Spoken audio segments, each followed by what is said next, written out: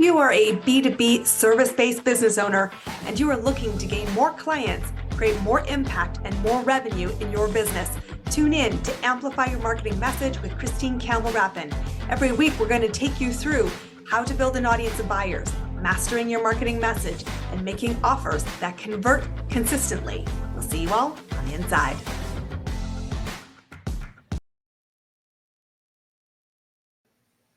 Welcome back, my friends.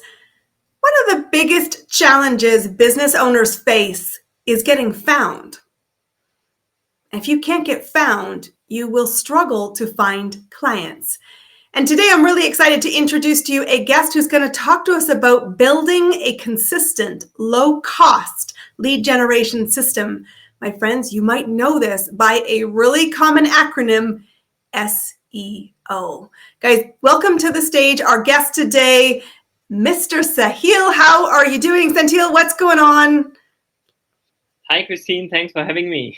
Super excited to have you here and to talk about the world of SEO, because truthfully, this is a mystery to many business owners.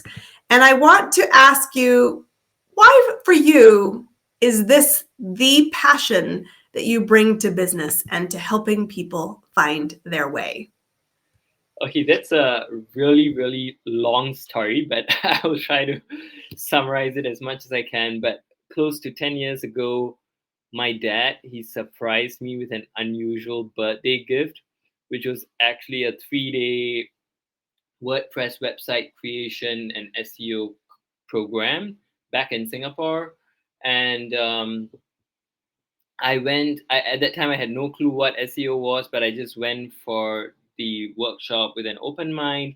And by the end of the workshop, the instructor forced us into groups and asked us to start a service-based website and market it using SEO. So me and my group, we decided to start a cleaning services website, and using some of the SEO tactics taught, we ranked for our very first keyword, office cleaning services Singapore, on Google page one. So this kind of gave me the belief that SEO works if done right, that you can get leads for your business through SEO itself. Not just leads, you can get sales.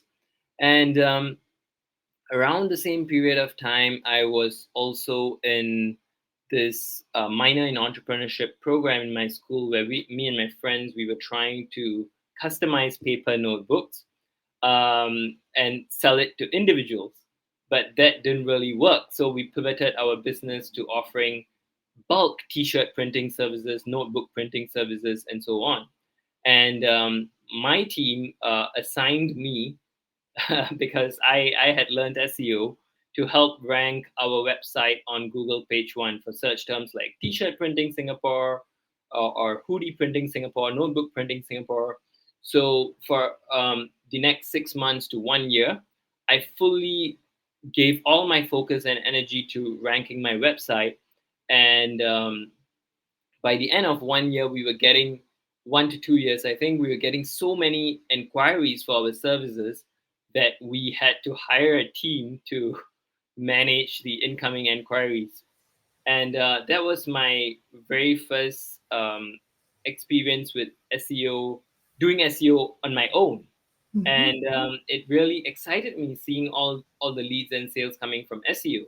And after that, we actually started an art studio where people could paint on t-shirts, tote bags. So we wanted to stand out from the crowd and not just offer printing services everyone was offering.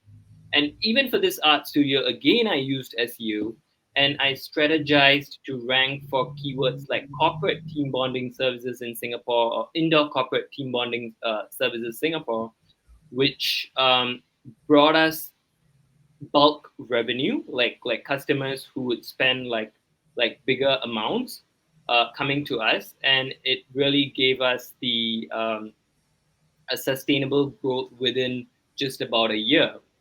And just when so we had closed down the printing company because it wasn't really a differentiated product. We were looking to expand our art studio, and then COVID happened.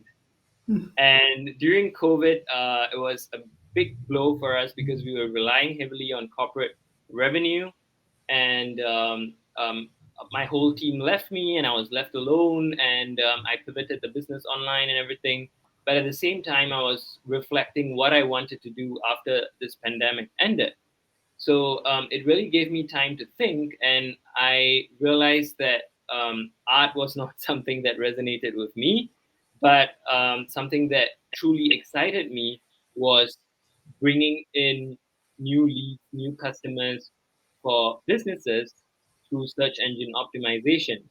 So that is how, after the pandemic ended in, I think, 2023, I started looking to sell my art studio off and start SEO with Senthil. And yeah, that's how I finally got here, and Love it.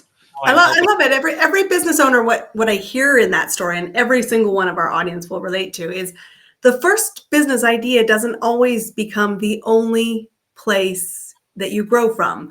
You've started in one journey, led to another, and then you chose your lane. And now you're building a business, helping businesses find SEO. And you've alluded to it, but I just want you to answer the question, is it still important in today's day and age to be found on page one? Absolutely. Okay. So even for my own SEO business, I decided that I'm going to walk the talk and use SEO to get clients. So I'm working Good on that. job. I applaud that. Finding me. Yeah, new people are finding me for the services I offer, and SEO is one of those few marketing channels where people with people who are already interested in your product or service with a very strong buying intent end up discovering you, because Mhm. on say on Facebook or Instagram or TikTok, you are, for example, you're not going to be able to find people who are searching for, say, t-shirt printing services in Singapore, or who are searching for even maybe SEO services in Singapore. Whereas if I optimize my website and I try to rank for that keyword, SEO services Singapore, and someone discovers my website through that keyword, then they have a lot higher buying intent. They're a lot more likely to engage my services because it's already something they are interested in and searching for information about. This is so important. I want to hold on to this for a second. Guys, when you are promoting on social media, your goal is awareness. When you are ranking on a website intentionally through SEO, that is about capturing buyer's intent. And you have a strategy. You have 5 steps that you use. Take us through what those 5 steps are. So the very first step is um, something that I think anybody would guess, is to understand the SEO fundamentals. And what do I mean by that? Christine, do you know how Google makes money? By advertising. Yeah, Eyeballs. yeah, exactly. So the sponsored ads, when you search, they make quite a bit of money through those sponsored ads. And as Google, um, if you want to make more money, then I mean, every business wants to grow their revenue, right? So if you want to make more money, then how would you display the results when people are searching for a keyword search? Or okay, even before that, if you want to make more money, if Google wants to make more money, what does Google need? Customers. They need more business owners who pay for these Google ads. But Mhm. before they get more business owners who pay for these Google ads, they need Eyeballs. more searchers, right? More people searching on Google and not going to other search engines, or not going to AI, for example. So if Google needs more people searching on Google, their end goal is to make sure that as many people use Google, then what kind of results do they need to display when people search for key search terms? Accurate ones.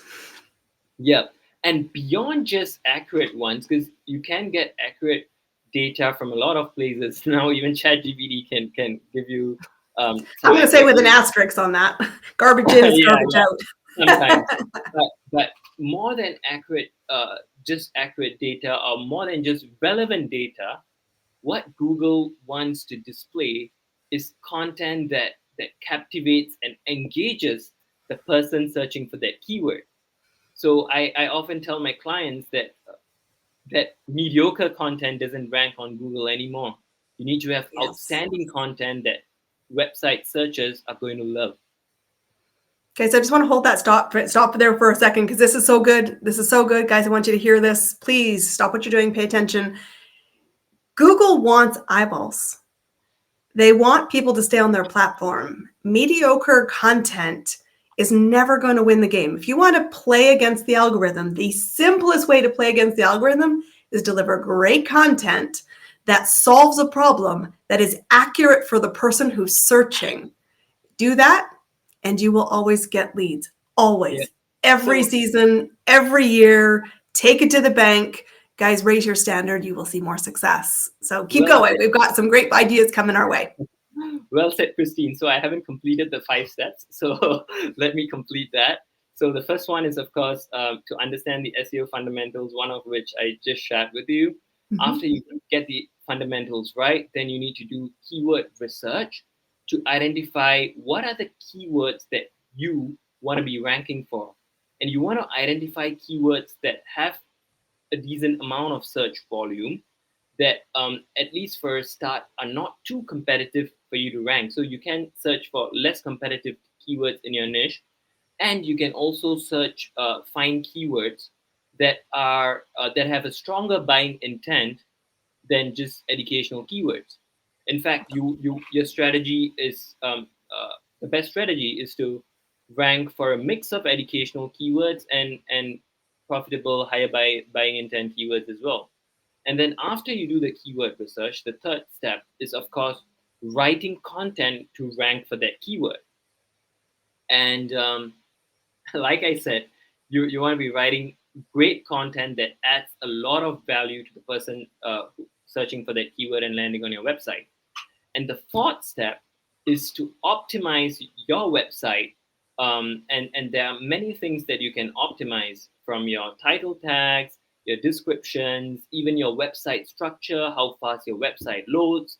And these are things that improve your user experience, right? And this also goes back to the fundamental principle where Google wants to show the websites that their website people searching on Google are going to love.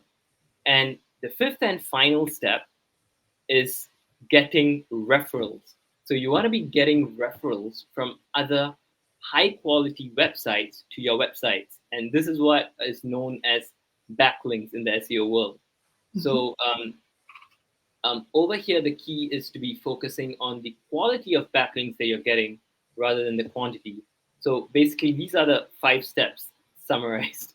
I love this because, so often when we come into the world of website development, we are thinking about it's our story, our perspective, and we really take almost an ego trip in our design and in our content. And what I love so much about you, and when you had come said, I'd like to talk about SEO on your platform, I said, what I liked about your perspective was it's very buyer focused. And I think you said something really important I've not heard a lot of people lean on, which is when you are choosing your words, you have to choose a mix of education and buyer specific behavior. Because if the goal of the website is to find qualified leads with a buyer intent, get them to your website and make a phone call, an email, book a call, or buy a service, you need to not just be educating. And so many businesses get caught playing the education game and don't get paid. And my friends, in business, we want to be paid to help people apply the education. So I love that you say both kinds of words, not just educational content. That's so important. And so these are awesome. I want to ask you now, I get we should still do it. Yes, I get we have 5 steps to do it. But why do we fail at this? Because SEO, you said it in many of your examples, it took me some time to get ranked out of the gate. It took me up to a year. It took me some fine tuning. We had to go do some work. I had team members. I had other perspectives coming to the table. Why currently in today's world are people failing to get their pages ranked? What's going on? I think back to the 5 steps. A lot Mhm. of people go into SEO without like in-depth knowledge of each of those steps. So one example is some people, they start writing website content without even doing the keyword research. And Yes. and I compare this to going Guilty. into a car. I compare this to going into a car without knowing your end destination in mind. You're going to go in circles and you're not going to understand what you're doing. So one of the things is failing to do effective keyword research, and another thing is the content itself, because a lot of the time when people write, say, a content piece, they just come up with the content that just directly answers whatever they're typing about, but then it fails to really stand out from their competition. It fails to add value to the user over what is already out there. Mhm. So you must remember that when someone searches for something on Google, they're not just going to find your website, they're going to find other websites as well. So you need to really strategize on how your content can differentiate from what is already out there and add massive value to your website visitors. So this is something that a lot of businesses fail to do. Mhm. And of course, the other part of the equation is failing to attract high quality backlinks. You build you get referrals from other websites, but you get these referrals or backlinks from mediocre quality websites, or websites that are just built for sending thousands of links. So it's not really going to add value or credibility to your website, and because of this, a lot of businesses, they fail to rank on Google page one. Yeah. And there's some great easy backlinks that you should be building as a business. Obviously, guys, one of the biggest ones here is my spoiler alert, in my opinion, LinkedIn. It's owned by Google. If you're not on LinkedIn as a business and you're not on one of their biggest ways that they pull data from, you're missing a very easy place to start. I love to But ask all of my guests. Oh, I have sure. a Go ahead. disclaimer there. I have a disclaimer there. So Yep. some of these platforms that you can easily get backlinks from, say LinkedIn or say Medium, um, they are good backlinks because you still do get referral traffic. Yep. But many of these backlinks are called no follow backlinks, Gotcha. meaning that you don't get so much of the SEO juice from that platform. Um, and it's mostly because it's a social media platform that anyone can access and write on. Mm-hmm. So um,